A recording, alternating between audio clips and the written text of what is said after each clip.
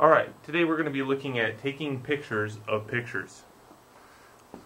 If you're an artist and you need a picture of whatever you're doing for your portfolio, this is going to be a great example for you. I get students all the time asking me how to take pictures of their artwork. Basically what happens is you have an 11 by 17 scanner. It's only 11 by 17. 11 by 17 scanners run you pretty close to $1,000, if not $1,500. I would rather go into photography and know how to do it that way, because of the simple fact that you're so open to everything else. Your camera can function on a different level than a scanner, because you can do more. Once you get done with actually taking a picture of your stuff, you can go into photography as a hobby. So, don't waste your time and money and energy on an 11 by 17 scanner. I would say get yourself a nice camera and a nice lens. So for a lens, we have an 18 to 200 millimeter lens. Okay, there's a really nice lens. It's got a lot of glass, and that's what it takes, lots of glass. Being 18 to 200 millimeter, you can go real close to a photo or real far away. But the key is have this extended all the way out. The more you have this extended, the further away from the picture you are, the more detail you get, believe it or not. Okay? We have a D5000 camera, Nikon. It's one of the more inexpensive versions of Nikon, so I figure I'll cover it. We do have a more expensive camera in the studio, but again, you don't need really fancy equipment to do this. It doesn't require it. The best thing is lens. That's your number one tool. Okay, so actually the lens that's on it right now is the stock lens that comes with a Nikon, and it is the 55 to 200 millimeter lens, and you can see it doesn't have a whole lot of glass. Okay, equal crap. It will still work. Don't get me wrong, it will still work. And don't use an 18 to 55 millimeter. You're going to need a telephoto portrait. Okay.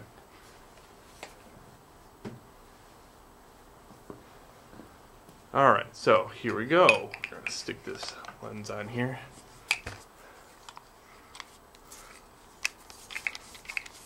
Match up the dots. I do have a video lesson on how to change camera lenses, so we won't go into that. We're just going to go into the raw necessity need of taking a photo of a photo or a picture. Okay, another thing you're going to need. You're going to need a trigger. Okay? This is so you don't touch the camera. Anytime you touch the camera, it gets blurry.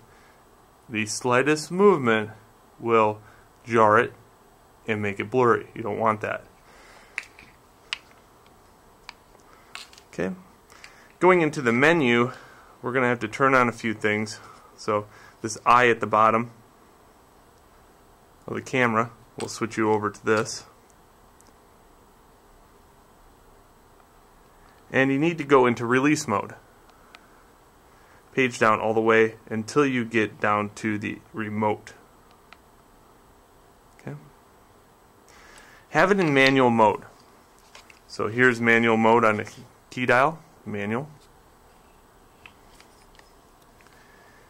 With that activated, we're going to have to lower this all the way down to a thing called time.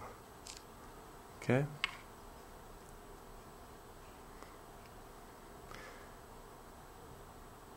Now, you can see that if I have this little bar right here, okay, this bar, when I crank it this way, it goes up, down. Okay?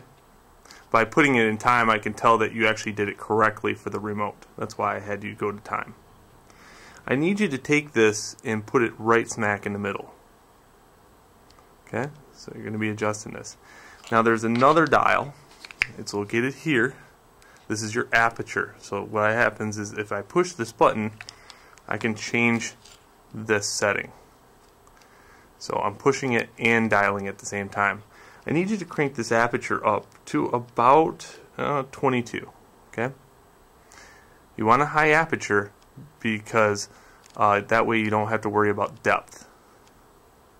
So now, if I let go of that button and crank this down, you can see I've reached 25, 22. Okay. If I hit live view here, I can get into the point where I can frame the picture.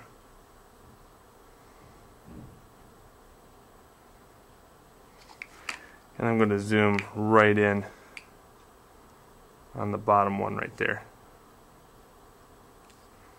Okay, lightly pushing the shutter button will autofocus it. Important to use autofocus. Not everybody's eye is perfect. Not even close. I'm going to get enough to actually take a picture of all the surrounding area too. I can crop that out in Photoshop. Okay, so this is what happens when I hit this button. It is going to open the shutter for a very long time, and that's why I need this button.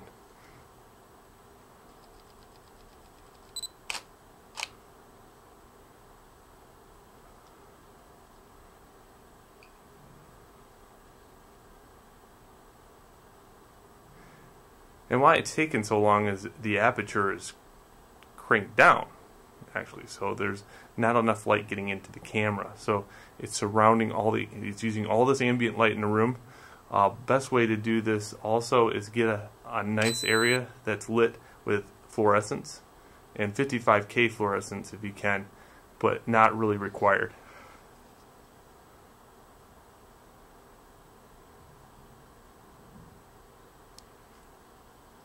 Okay, it's processing right now. And the longer the aperture is, the longer the shutter is open, the longer it takes to process the actual footage. So, and there we go. Now, what I would do is make sure hit live view again. I'm going to crank this back down to 0 and get another shot. Once in a while, I would get a couple shots, different exposures, to make sure that you're getting everything correct. Don't just take a picture of it and call it good and walk away. So that's what you need. You need a low aperture, which is actually a high aperture. So 22 up is good. And then you need a low shutter speed because the aperture isn't open quite well. And that's how you take a picture of textured paper. So we're going to get into a lot of things like taking pictures of oil, taking pictures of things behind glass, and etc. and so forth. But this is an example of how to take a picture of a very large sketch. Thank you.